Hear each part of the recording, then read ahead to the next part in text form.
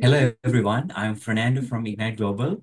I would like to warmly wish all of you a great International Coaching Week. Thank you for joining Ignite Global and participating in this very valuable topic. So, we have two esteemed guests who will be sharing their insights with you. So, please allow me to do a brief introduction.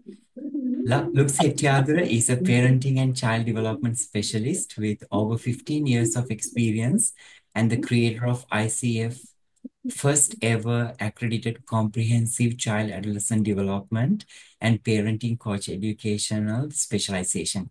She's also a certified professional coach and a mentor. She's passionately leads the CADP coaching education, research and development interventions at Ignite Global, contributing to the revolutionizing child development, parenting, and education through the power of coaching. And Helen Kans is a certified CADP coach practitioner with Ignite Global and international educator, and also the coach coordinator helping educators in government schools across Brunei, where she is currently based, to embed the principles of coaching into their teaching practice and educational environments. Most importantly, she is also a solo mom to a beautiful little boy. So let's welcome all of us, all of you here. It's an honor to have all of you. So now I would like to hand this session over to Lux. Thank you. Thank you, Fernando. And once again, hello, everyone. Welcome to this very special panel discussion in celebration of International Coaching Week. Today, we are diving into a powerful topic. Can coaching transform education, empowering educators as leaders? So, thank you for joining us in addressing a crucial topic and contributing to a systematic change. I'm very excited to dive into this conversation with my colleague Helen, who will bring us her wealth of professional experience and insights. So, as we are diving into our topic, professionals, I want to begin our conversation by bringing your attention to an unspoken reality. With my experience over 15 years with children, adolescents in different educational and developmental environments, I have encountered children fighting invisible battles we have no clue of. Sometimes they ask for support in ways that we don't always understand. For example, something like a problematic behavior that keep repeating.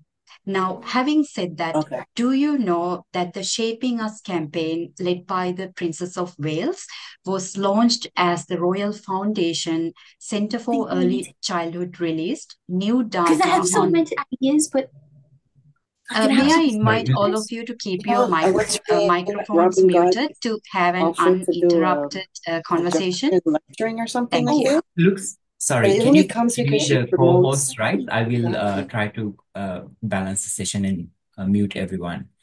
All Yeah. right, thank you. Uh, okay. All right. Thank you, Fernando.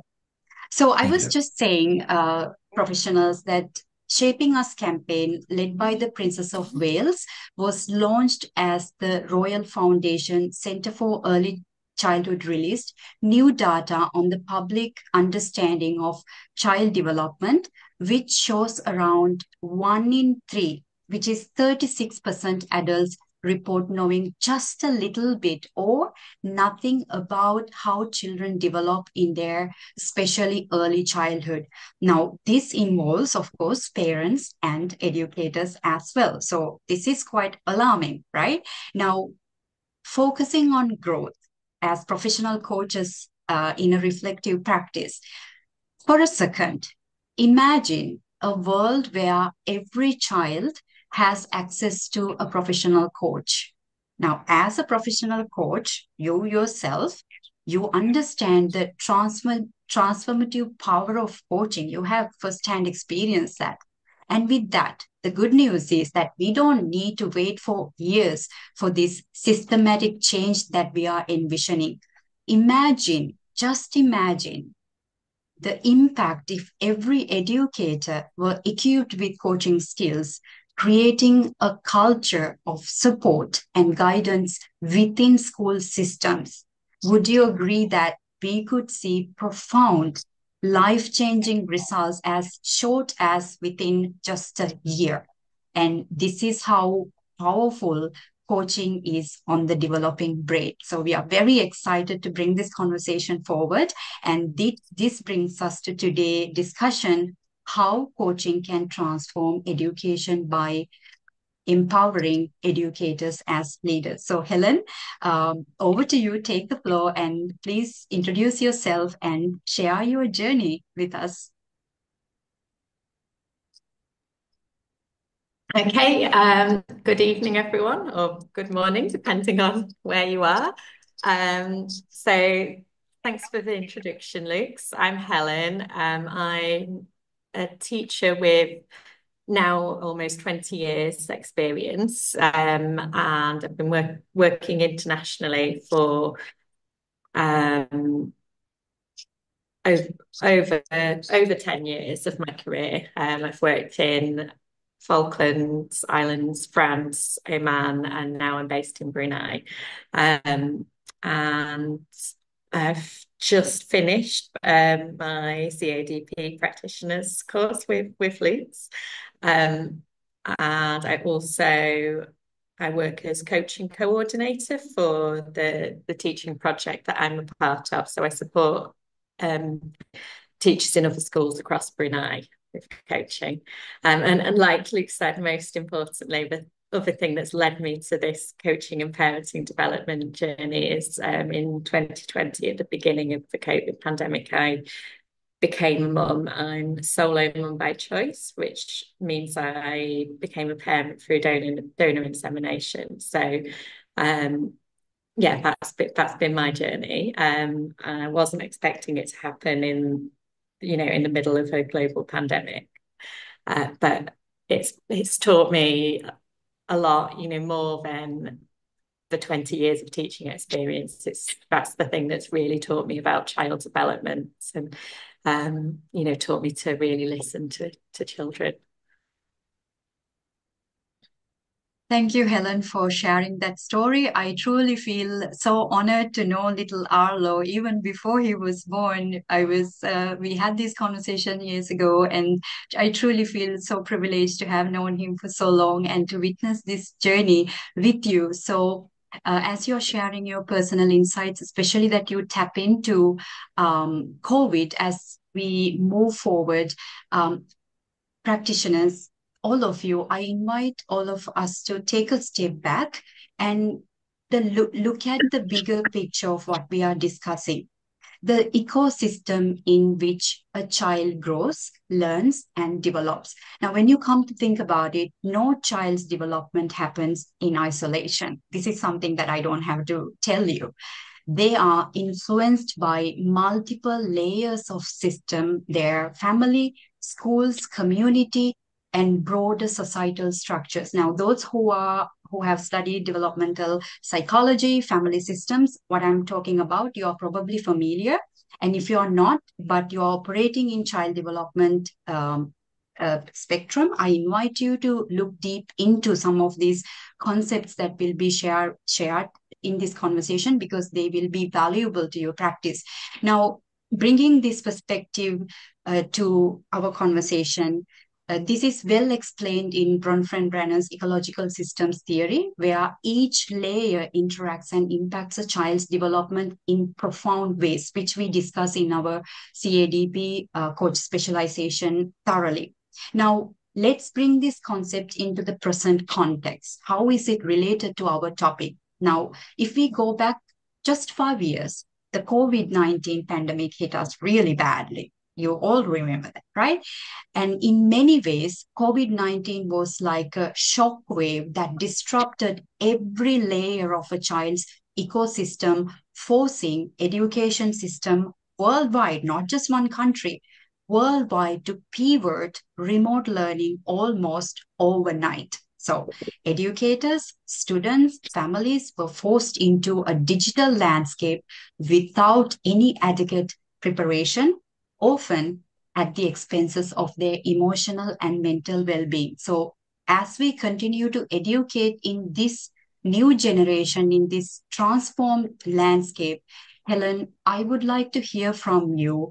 What has your experience been navigating these profound changes as an educator, a coach, and also a solo mom? Because I know this is the time that Arlo came into the picture. So, what have you observed in these layers of influence have shifted during and after the pandemic? Well, firstly, for me, the big thing was becoming a parent during COVID. I wasn't, for a few weeks, I wasn't teaching because I was just about to have a baby, and then I'd had a baby. And um, so I'm really aware of him being in this very special situation where for the first few weeks of his life, he didn't really see many other people. And if he did see other people, he saw them with a mask on. But there were lots of positives. So one thing that midwives kept saying to me was that normally children lose a little bit of their birth weight after birth, and then they'll regain it in the next few weeks. But in COVID, they were finding that babies weren't losing their birth weight; they were keeping the same birth weight and regaining faster. And they said to me that might be because the mums are just on their own, at home on their own with the babies, and they're able to establish feeding, and the babies are not being passed around to lots of different people, so they're not going through all of that, I guess, trauma that they would normally go through. And actually it's having a positive impact, and you could just really slow down and be with your child. And I think some families that were with older children that were helping their children at home found that, and they found that they were really able to spend more time with their children.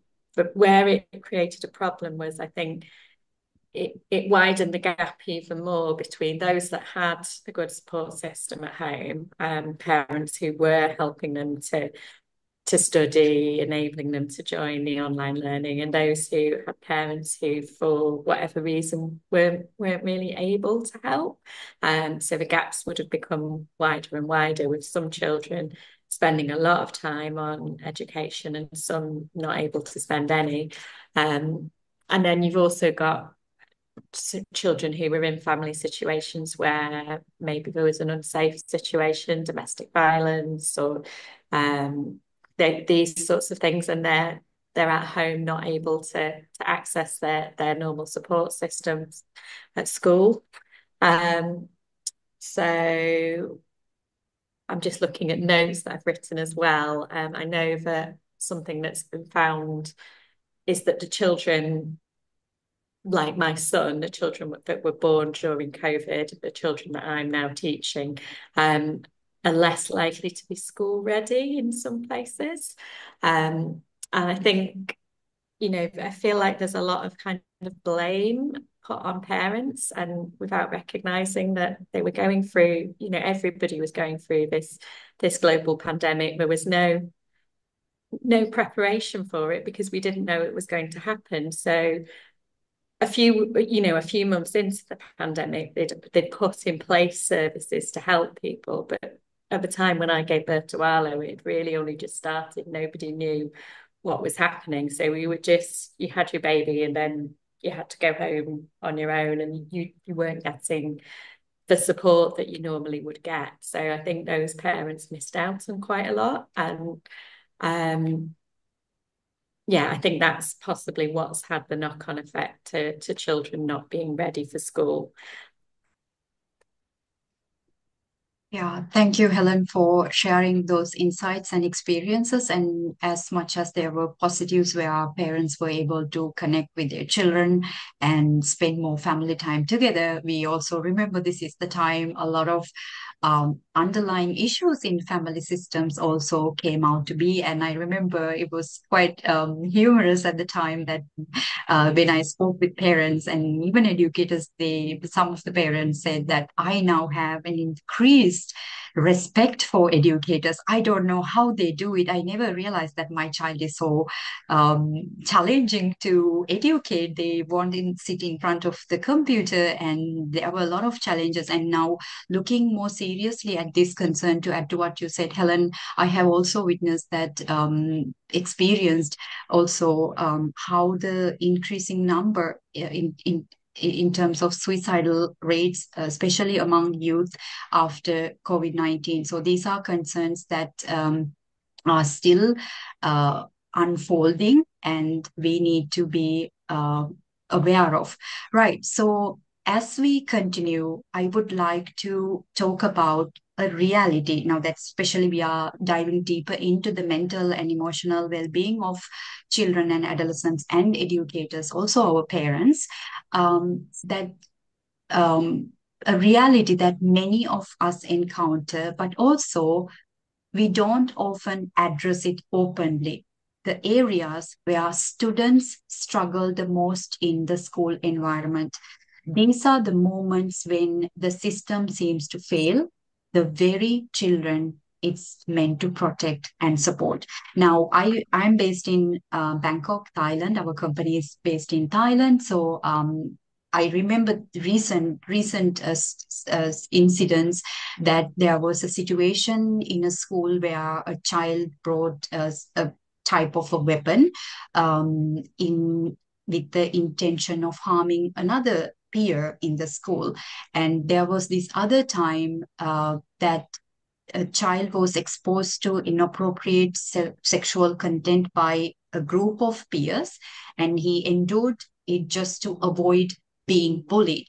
Now, unfortunately, and sadly, the both instance, the school's response left the children and their families feeling utterly helpless and unsafe, as if their voices didn't matter, as if they were what they went through was insignificant because there were no proper, appropriate actions taken immediately or after for prevention. Now, these are alarming situations. Of course, I'm sharing here some extreme examples, but I think they highlight a much deeper issue. When educational systems lack capacity to address these kind of situations effectively, I don't need to tell you the impact can be devastating. It's not about just safety, it's also about emotional development, a sense of belonging, and the ability to trust the environment they are in. So, as we discuss these significant gaps we see in traditional education systems, let's look at some of the areas where students are most vulnerable. Helen, with your experience working globally, you are based in Brunei now, but I know that you work around the world. So, what are some of these areas you have observed, and where do you feel the system is falling short? So, yeah, I've seen some, because I've lived in lots of different places, I've seen some places where there are very traditional systems and it's all very academic. And so when I was looking for a setting to send my son to when we first moved to Brunei, there were a couple of places I visited, and one of them had this beautiful play area outside. And I said, "Oh, this, I love the play area." And the manager said to me, "Oh no, don't worry. We only let them on it for 15 minutes a day." And I thought, I'm not, I want him to be playing. And I think there's some parts of the world where there's still a lot of pressure from parents for children to be sort of diving into the academics very early on, and play is seen as a waste of time, something to avoid. And, they'll say things like, "Oh, you shouldn't have toys in the classroom because the children will just play with them." And it's not seen that actually that's the most important thing. That's the thing that's going to link most closely to their academic success in the future, and to their future well-being. And Montessori says play is the work of childhood. It's the most important thing. And so I think particularly because of COVID, I think you see and because of then people, teachers and school systems feeling that we've missed out because the children missed out because of COVID. So the academic is even more important. And the areas where they're missing out are actually the most important ones: the personal and social development, the physical development, those fine and gross motor skills, because maybe the parents not only were having to educate their children online, but the parents were also having to work from home. So we're having to find ways to entertain their children, and children were spending more time in front of a screen because they couldn't go out. So they've maybe missed out on developing some of those fine and gross motor skills. Communication as well, communication and language. For some children that I see in Brunei, and they come to school and they're not, even in their own language, they're not really able to communicate. They're not communicating in sentences. They're just kind of making noises. And the other thing that I see that seems to be missing is the reading for pleasure and the love of books. I think, again, that's probably where COVID widened the gap, where families who were reading at home were maybe doing it more, but the families that wouldn't have been doing that, not only are they not doing it at home, they're not doing it at school. So yeah, those are kind of the main areas where I've seen a gap, I've seen a problem. Thank you, Helen. I think this also addresses, to add to what you said, also like some of the areas that we are somewhat blind to in areas of development is also how much children experience, even in the school system. For example, bullying. These are visible problems that is occurring, but almost like we turn blind eye to it. And not to forget, especially addressing bullying. This is a huge problem in the society, in the world itself, because we all experience bullying in certain different ways, especially children, and they don't even know when they experience bullying that bullying is what they're experiencing, because sometimes they experience those things at home. Now, when we look at, as we are addressing where children are vulnerable, sometimes there is no problem to these significant issues that we can approach with more effective ways. Now, when you think about it, educators are hesitant to take steps forward in resolving issues like that. And also, I have seen parents' involvement in situations like that, because when you come to think of it, everyone is finger pointing the blame party, right? So the parents who is the bullying, I don't like to call the word bullying because, no one is a born bully. First of all, bullying is a learned behavior. At some point, somewhere, this child is learning to bully, and they bring that frustration into their school environment. So now, from the parents' perspective, who the bully is, imagine they experience significant amount of fear and guilt and shame. It might verbalize or behavioralize as aggression or ignorance, but deep down, what they're experiencing is truly shame. So there are so many problems that is right in front of us, but somehow that we seem to treat them like the pink elephant in the room. So I think this is why we are having these conversations. When we look at systematic changes, we are not just looking at how can we enhance the academic performance of our children, because I think that's already happening.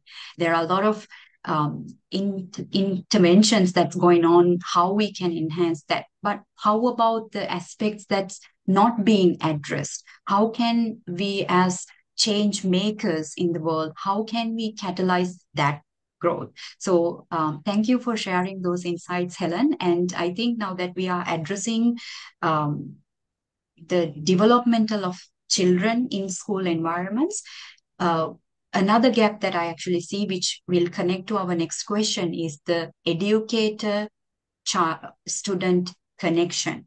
So I would like to shift our focus now towards the educators themselves, the very people who are on the front lines holding space for children and supporting their growth every single day.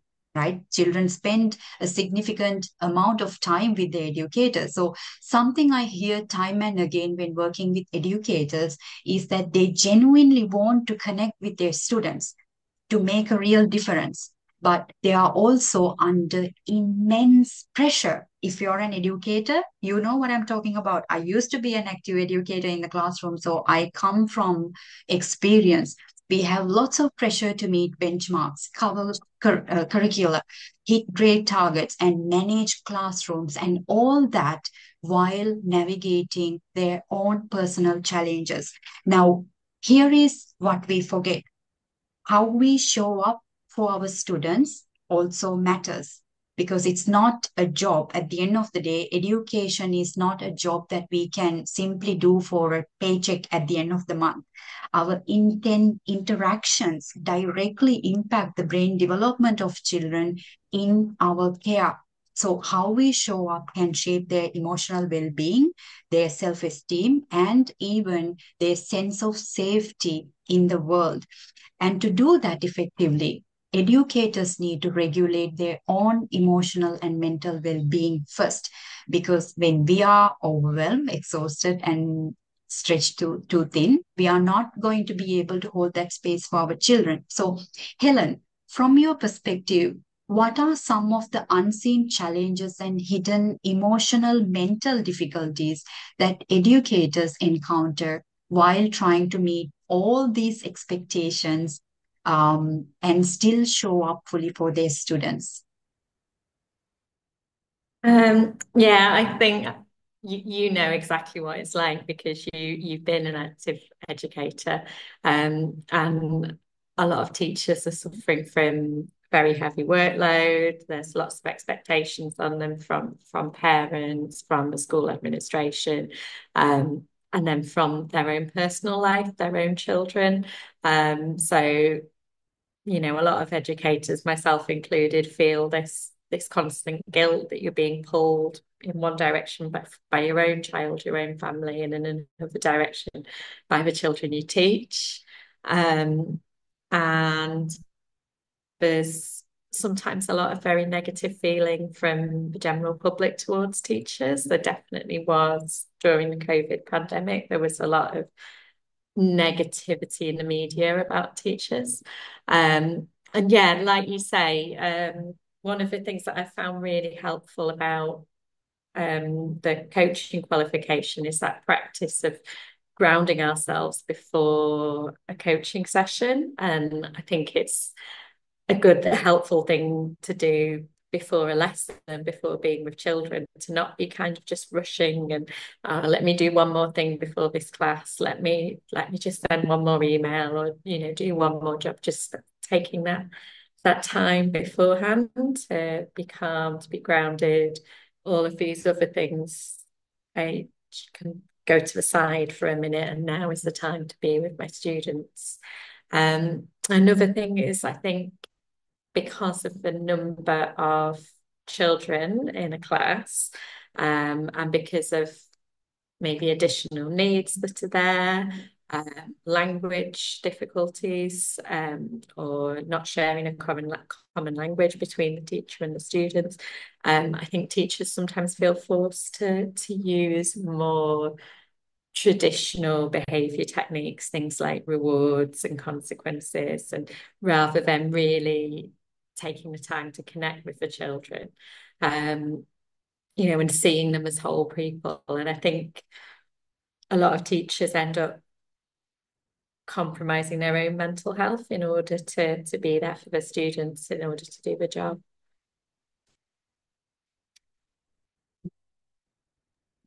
That's very true, Helen. I have encountered educators like that. They compromise their well-being. They work extra hours. Now, when I said coaches, professionals, the mental and emotional challenges our educators face, when we look at these expectations they have, you know that educators' role is not just to show up in the classroom and teach some bunch of content, right? They also have, they stay afterwards in school. They have paperwork, they have grades to do, and they have all these forms to fill up, and they have all these meetings to attend. They have questions to answer. So it's in educators' role is it doesn't spend in just once they done teaching the content to the student. That's just the least they do. That's the most obvious that you see. Educators' role truly is, it's, think about it like the on top of my mind, the example that I can come up with is like the iceberg. What you see as an educator is just that tip of the iceberg, and they do so much more than what we can actually visibly see beneath that, the water. And that's what their life is like. And we also need to remember educators are human beings at the end of the day. They have their own, even certain mental conditions to begin with, mental health conditions, so that they show up to even though they still show up fully to their students. Now, one of the things I often see as a problem in educational environments is the support that's being offered to educators in self-regulation. Thank you, Helen, for tapping into that point. I think, like you mentioned, how you self-regulate by yourself. Now, if we look at it from a systematic perspective, we actually don't have a proper structure for educators to self-regulate. Now, imagine, especially those educators who are working with primary, right? Elementary school, primary school, where children needs more attunement, more connection with the adult or the caregiver. Here is the reason.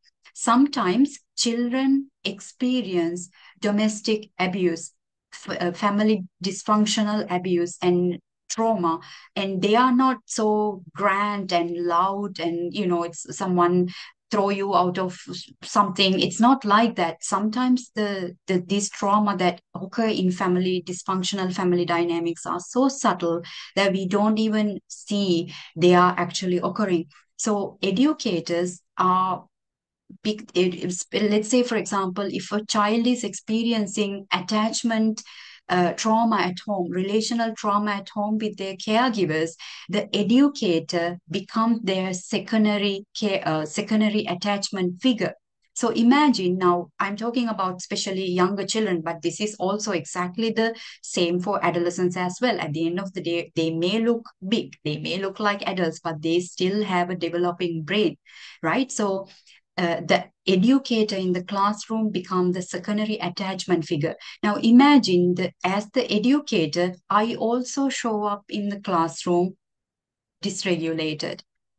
Because why? I also don't have a support system in my educational environment to regulate myself for some of the reasons we said. Expectations, all of these grades and this and that, right? So these are things that is subtle yet obvious. However, we tend somehow not to see. So our intention today, Helen and I, and Ignite Global, we want to bring some of these unseen influences that impact education, educators altogether, so that we can address them holistically. So this brings us to our next question. Now, as we have been looking at education as a system from children's perspective as well as the educator's perspective, I would like to now move our conversation towards coaching. That's why we are here. We are professional coaches, and we know that coaching can create immense transformation in any area in our life. So, uh, um, if we are to look at a world where the power of coaching is being recognized on much larger scale, now that Helen is taking the leadership, we can see the world is waking up to the transformational impact of coaching. Now, as I said, think about coaching. I think about coaching like a magic potion, right? Coaching can make everything better immediately. It's like whether navigating personal challenges or enhancing our professional effectiveness. So imagine bringing coaching, integrating coaching into education. It's incredibly powerful. I have seen this firsthand over the last years as I developed the CADP Coach Education Specialization, which is fully accredited by the ICF, conducting a study to understand how coaching skills can profoundly impact child development and parenting. So, Helen, you are a coaching, you're a shining example of how this movement is gaining momentum in the educational system, as you hold a leadership role as the coach coordinator across Brunei, actively bringing these elements into your practice. So, Helen, as a professional coach actively working in educational settings, what impact does the coach centered leadership model you embody have on the overall, say, classroom dynamics, student behavior, parent teacher relationships, and also overall school climate? It's a lot. There's a lot in that question. Luke, I've got my son, I think is a bit, I think he's waking up or having a nightmare or something. Just give me 2 minutes. I just want to go and check on him, and then I'll come back and ask the question. Absolutely. So while Helen is going to attend his little son, if you have any insights in the room, I would love to hear from you. What are your thoughts? How do you think coaching can transform education system? If you don't want to speak, feel free to chat in the box. Oh, okay, Helen is back. I'm back. He's asleep. He's just talking in his sleep. So yeah, if you hear any background noise, that's what it is. Yeah, so coming back to coaching, I I can't believe that I've not come to it sooner. I remember learning about it right at the beginning of my teaching career, in the sort of mid 2000s, but not come back to it in a teaching related to teaching until just 2 years ago. And the company that I worked for wanted everybody to learn to coach and be coached. And, I think they're both incredibly valuable for a teacher, because it's just like you said, it's like a magic potion, just that power of being able to talk and being really listened to. And 9 times out of 10, whatever the issue is, you're able to solve it yourself. You sort of talk yourself round and find your own solution as you're talking to your coach. And then from the other side, learning to coach, learning to listen actively, and learning to embody that coaching mindset. The consequences of it are huge. I mean, you talked about bullying before, and I think if the teacher is really embodying a coaching mindset in all that they do, really showing up and being present for the students, they're more likely to notice those problems. They're more likely to give the child to hold space for the students to talk about those difficulties that they're facing and to resolve conflict. One of the other things that I've got is that a lot of teachers sort of like to assume that they are right. They like to kind of tell people what to do, and this is the way to do it. And coaching is the exact opposite of that. So the first time that I started working with a coaching group, the other people in the group were maybe a bit older and very traditional. And we said, right, when we're coaching, we're not offering solutions to the problem, we're just listening. And we sort of do the coaching session, not giving solution, and then they go, right, is the coaching over now? Right, if it's over, I know exactly what you should do. I'm going to tell you. And as time went on, kind of got used to the way of coaching. It isn't about offering what is the solution for you, because that's the solution for you. Doesn't mean it's going to be the solution for everyone. And yeah, I just think the more that you listen, the other thing is things like higher order thinking, questioning and discussioning. Sorry, I've got Arlo again. I'm going to go and just check on him again. We will wait for you. You see the real life of a parent and an educator and also a coach. So many hats to wear at the same time. It's not as easy as it looks like. Helen makes it looks very easy. Oh, hello, Arlo. We expected this to happen. We were We prepared. did. We said it might happen. Look at him.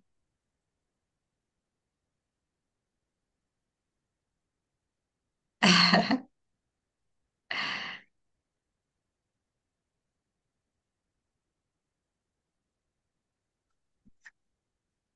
think he needs a minute.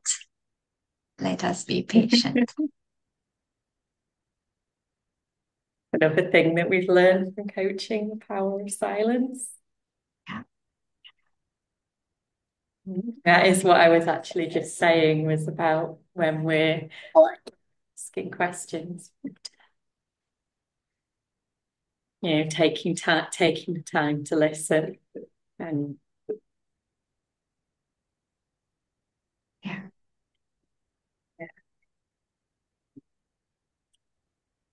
Oh.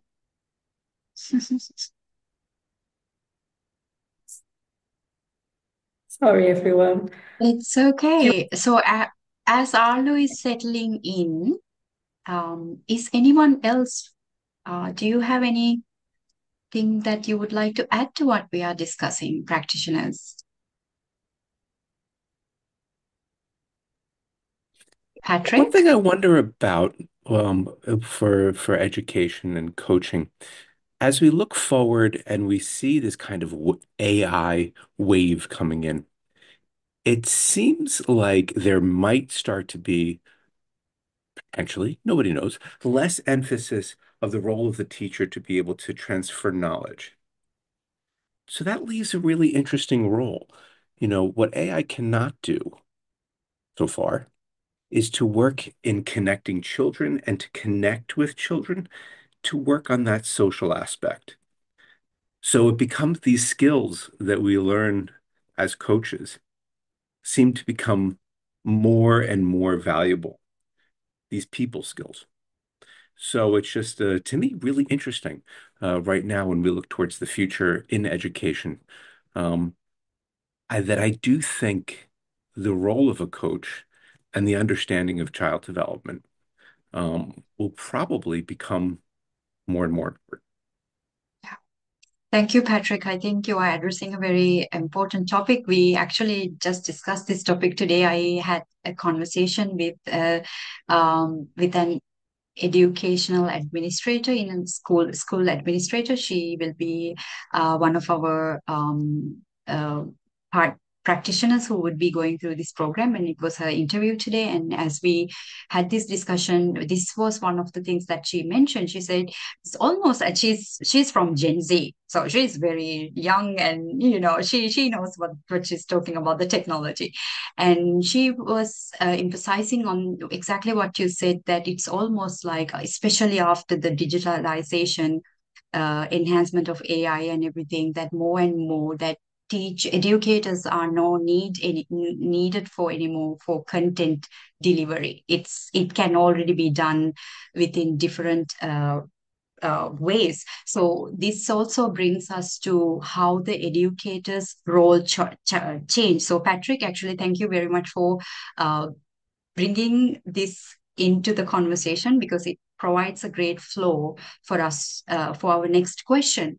So I don't know, Helen, if you're in a position to speak about it, but if not, I also would like to hear at least one of you from the audience. And if not, please feel free to leave a comment in the chat box. Now, we know that there is AI booming. And then we also see that coaching as a profession is also equally booming. And the world is becoming more and more aware of the profound impact of coaching.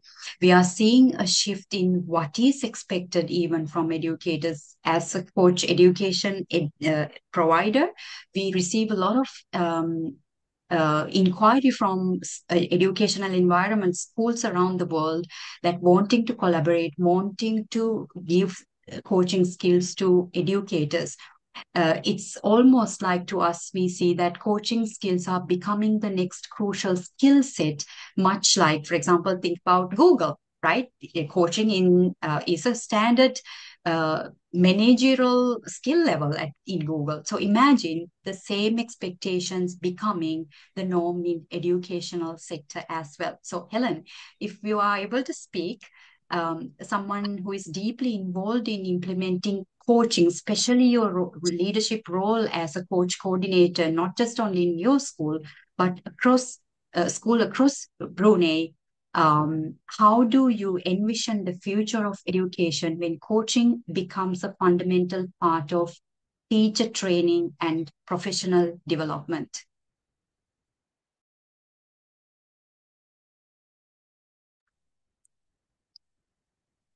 Sorry, how do I envision the future generations?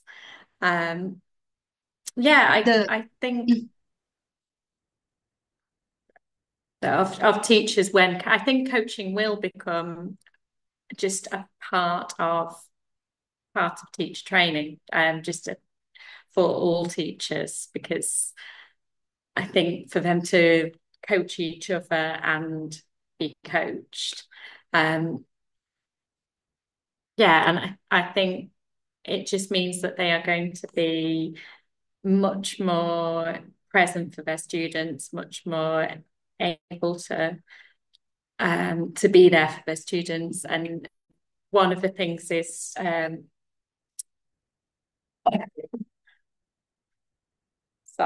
just thinking about the students, and when you're having behavioural difficulties with the students, that they're not giving you a hard time, that they're having a hard time, and looking into the reasons for that. And I think that's something that coaches will, teachers who are trained as coaches will do much more naturally. Yeah, so that's how I see it happening in the future. Thank you, Helen.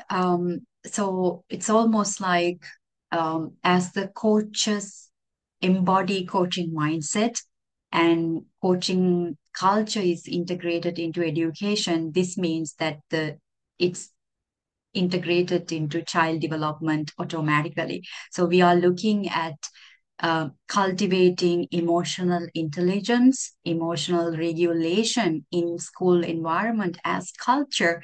Why? Because educators themselves, they already have the skill set. So like what you said, Helen, communication becomes more effective rather than that power play, me over you, you do because I said so, and all those traditional ways that we are able to overcome and truly look at a child holistically as a living being and understand their developmental needs at a deeper level, that rather than just on the surface level looking at them as someone who is growing up to secure a job title. I mean, I'm not saying I'm not against academic success and well-being, well-rounded educational system of children, but that's not just enough. So when we integrate coaching into education from the development professional development perspective, I think this is what we said earlier. We don't need to wait for so long to create that systematic change. So Thank you very much for sharing those powerful insights, Helen. Truly valuable, and it's great to hear some of the real life experiences, not just only as an educator, but also a person who plays a leadership role in coaching and also a mother. So thank you, Helen, once again, and thank you to everyone who joined us in this important conversation today. And now I'm going to share with you the CCEU link for this session. Feel free to register and receive your certificate so that no one is missed out. All right. It's in the chat box. Please have a look. So as we come to a close, I want to leave our participants, our listeners, with our conversation on a positive note. As Looks, the world, before you end the session, there's a question from Leonardo. I'll read out to you. Are you focused on teachers being also a coach or external coaching into schools?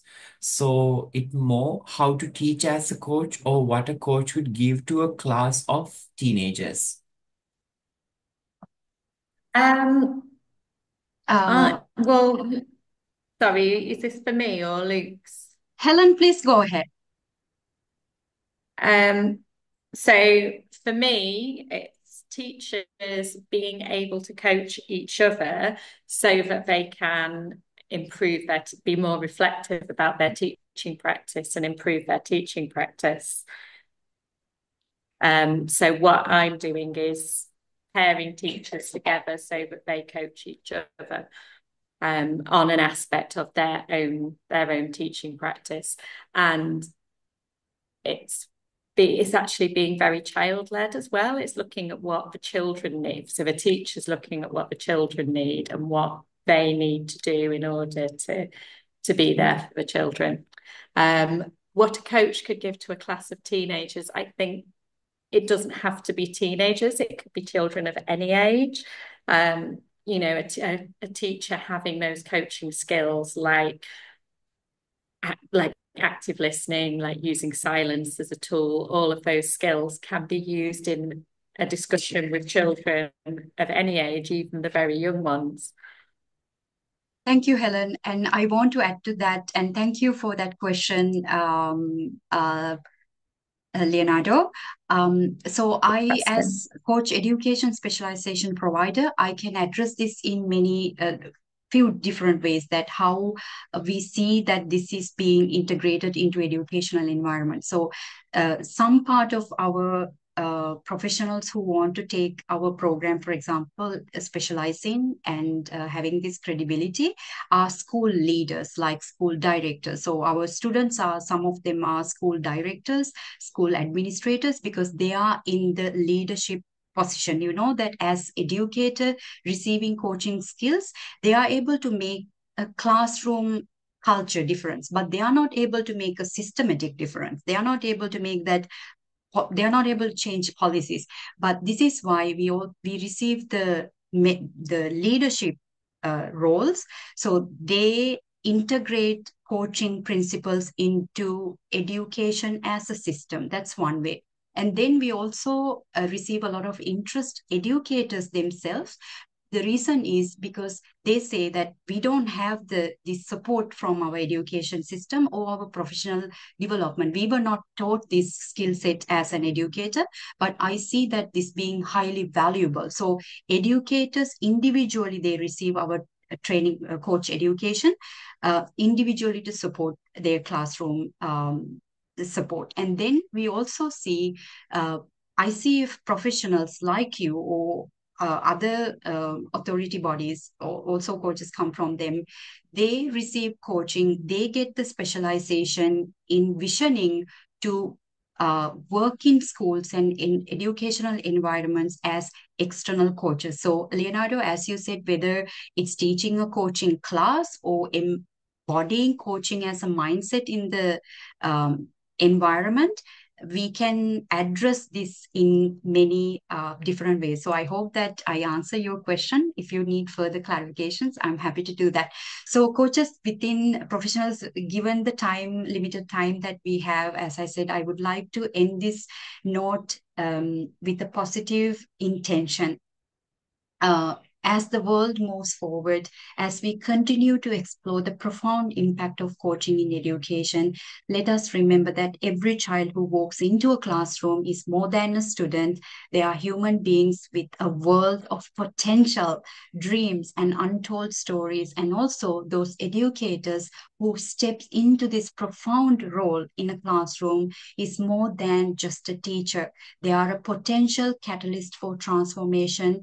They are a leader in the front line of child development. So, as celebrating International Coaching Week, I think we hold responsibility just not to operate small, but in the world at large. So, to our global leaders and policymakers in the world, I think it's time to revolutionize our approach to education. It doesn't take, as we discussed many times, years to make this significant impact. When we integrate coaching into education, it's already paid forward. So thank you once again on that note. Thank you, Helen, and also for your incredible insight to everyone who was here today, being part of our conversation, contributing to this crucial systematic change. And if you are interested in your continued professional development in child development and parenting coaching, I invite you to check out our specialization, which is offered as a level 2 program. And we have a special discount now. We have 22% off of our CADP specialization.